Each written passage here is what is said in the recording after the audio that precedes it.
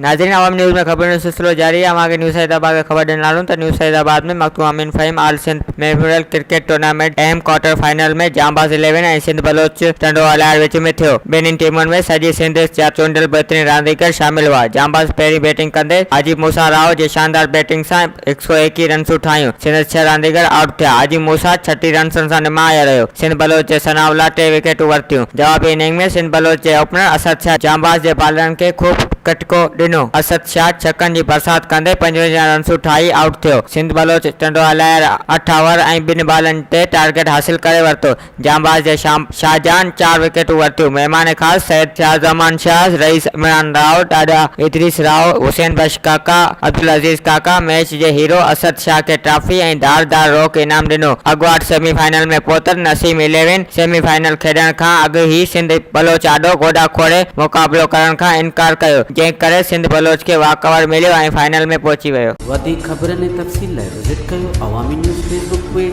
YouTube page ऐं अवामी news website.